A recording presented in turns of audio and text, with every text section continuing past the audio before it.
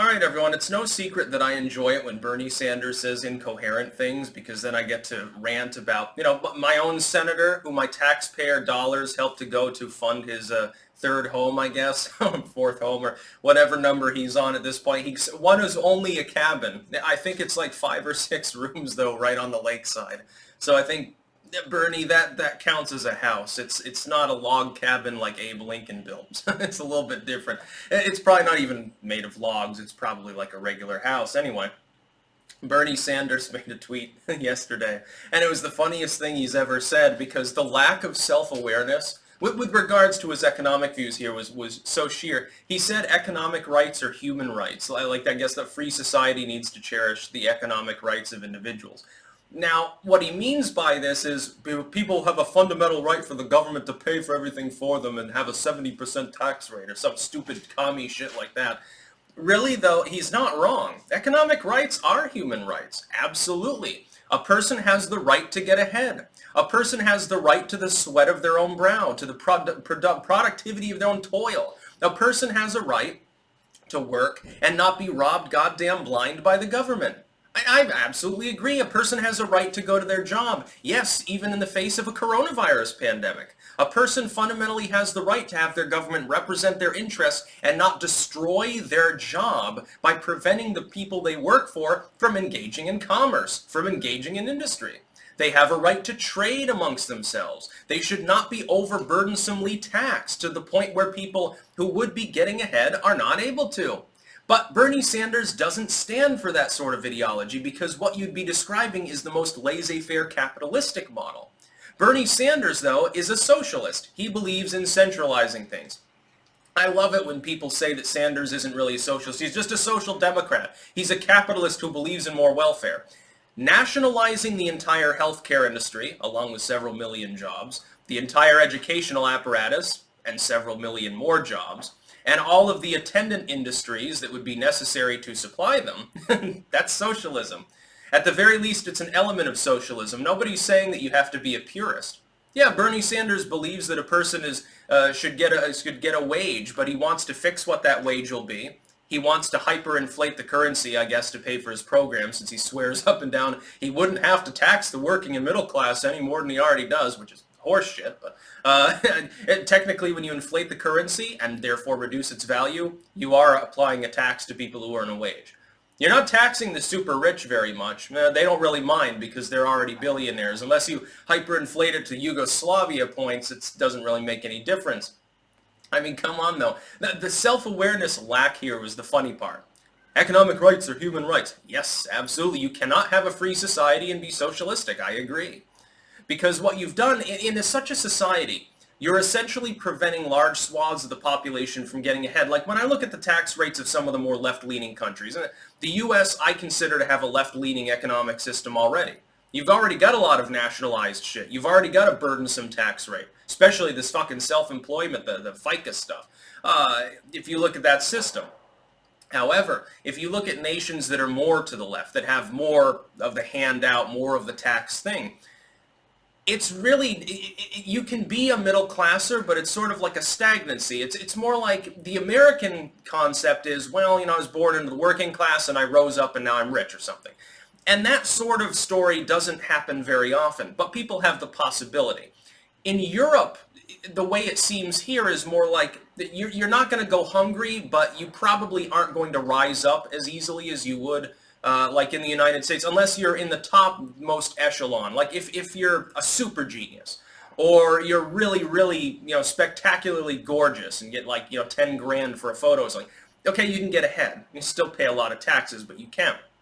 Under the U.S. model, there's a little bit less of the social security, the security and the welfare side of things, but there's also the chance, the outside chance in many cases, but a chance, that if you are reasonably skilled, reasonably intelligent, reasonably good-looking, reasonably strong, reasonably brave, or whatever, that through the basis of the meritocracy that does still kind of function, you can get ahead.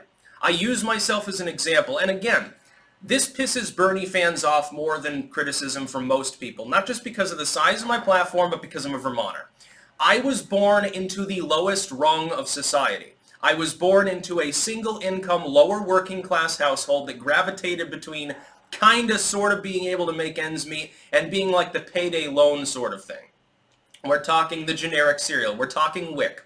We're talking government assistance. That's what was necessary. We're talking living in an apartment that basically there's a waterfall on the side of my parents' bedroom some springs because the snow melts up there and then it leaks because it was basically a slum. They've repaired it and made it nicer now, but it's still not exactly a high-rent location.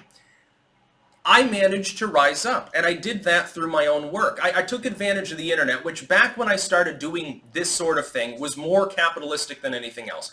The internet still is like 90% capitalism.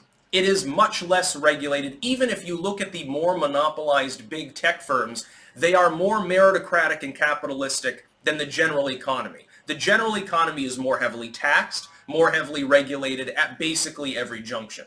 So I took advantage of that. And I found a niche, and I hammered away at it, and I exploited it, namely on Amazon, which has been my main source of income, not the donation side of things.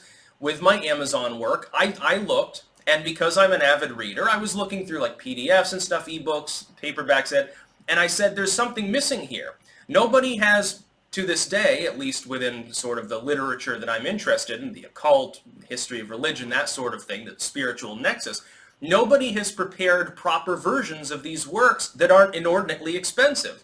There's no reason why an ebook should cost $15, and yet they wanted that for these works. And then you had the less expensive versions that were essentially scans, primitive scans of initial documents without any further alteration. They were poorly formatted and they were shitty. Now, they were affordable, but they were basically no different than what you get on archive.org, which, no disrespect to the site, scans should not be in paperback form. That doesn't make any sense. They'd have sometimes even a scanned cover, and it was the funniest thing ever because it's never in format. The trim was off and everything, the margins.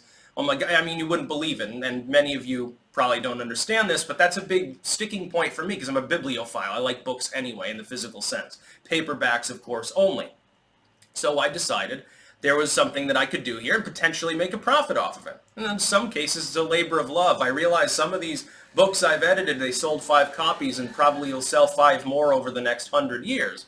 That being said, I realized that I had the skill set necessary to exploit that niche and provide something of good quality, a service to other people, something they would actually want. They would voluntarily want to pay for it, and I would profit thereby because it'd be worth buying. And I did that, and I managed to rise up to the middle class. Well, I was born into sheer poverty. Now, in many parts of the world, if you're born into sheer poverty, there's not a whole lot of a chance you're getting ahead. You're born in sub-Saharan Africa or something. I really hate to say this, but the chances are they're not going to be making a Disney movie, a Y7 Disney movie about your life as you were raised in a Somalian village, and then you're really smart, and you went to college, you got a scholarship to Harvard or something. That happens, but it's really, really uncommon. For the most part, it's a 1 in a million shot. In the United States, it's not. In the United States, because of the more capitalist system that we use, the more meritocratic system, especially with anything regarding the internet, it is more possible for people to get ahead. Now, does this mean that you end up going from rags to riches? No, but you can go from rags to being comfortably middle class and being able to make ends meet. Being able to live a nice life. You're capable of doing that, and it's easier than if you're born into a socialist nation. Bernie Sanders, at the end of the day, is fundamentally correct. The reason that this tweet amuses me is because he's inverted it completely. He gets the idea right, but he provides exactly the wrong solution. If you want more people to get ahead, tear apart more regulations, get rid of more taxation, privatize as much as you can. And stop the government from just randomly bombing people, too. That helps, because anytime there's a terrorist attack in retaliation for something we did 50 years ago, that screws things up, too, because what is government? It uses it as a reason to expand even more. Fear and problems, people being miserable and in poverty and stuff, that breeds authoritarianism.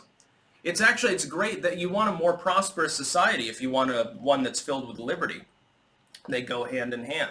Bernie Sanders wants a society in which me, his fellow Vermonter, probably wouldn't have gotten ahead. No, I wouldn't have had the motivation or the drive. There wouldn't have been as much of a stress impetus, number one, but there also wouldn't have been as much advancement if I decided to work through it. There would have been no reason to, because I'd be paying, a 90% tax rate probably under his proposals. Don't even get me started on, again, on the self-employment tax that I know that he would probably expand. He'd probably make it even more onerous. Well, I'm not interested in that kind of society. Yeah, and at the end of the day, it's a little bit self-serving, but you know what? I'm not taking anything from anyone. I'm trying to produce. I'm trying to entertain people, inform people, produce books, do all of these other things. Bernie Sanders doesn't understand the basic premise, though. I've had people try to tell me that I'm a socialist because I take Patreon donations. The most fucking capitalistic thing you can possibly think of at the end of the day. These people are nuts. And his fans, by and large, they don't understand economics, which is why they believe in social democracy, aka socialism, at least in part.